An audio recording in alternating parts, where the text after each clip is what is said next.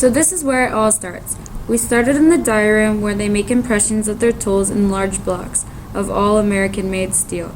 If you look closely, you can see the tool patterns in the blocks of steel. They are put into CNC machines that are programmed by workers to cut out the dies.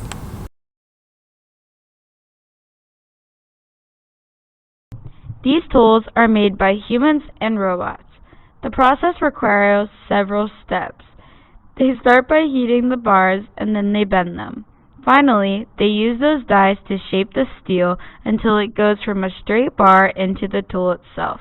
It's pretty cool how it gets through that process from start to finish.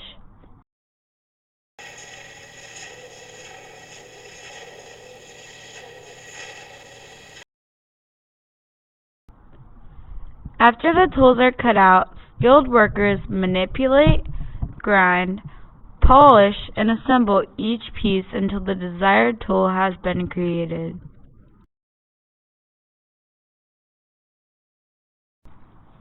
After they are assembled and cleaned, they are ready for the trademark blue grips to be applied using one oven to preheat and one to cure.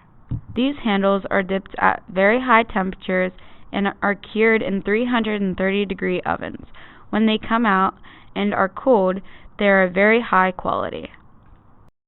Quality product is what Channel Lock is known for. Each one of their pliers is 100% inspected before being packaged and shipped worldwide. Manufacturing is cool because I think it's important for a number of reasons. The biggest reason is the impact on the economy. The number of jobs in manufacturing is huge. It can have a big impact on other jobs in the community, support services and other things that happen. Right, we're making a great product right here in Meadville, Pennsylvania. That's what's cool about Channel Lock manufacturing. American made here. That's the coolest thing about this place. American made, and it's been here a long time. This is what we think is so cool about manufacturing.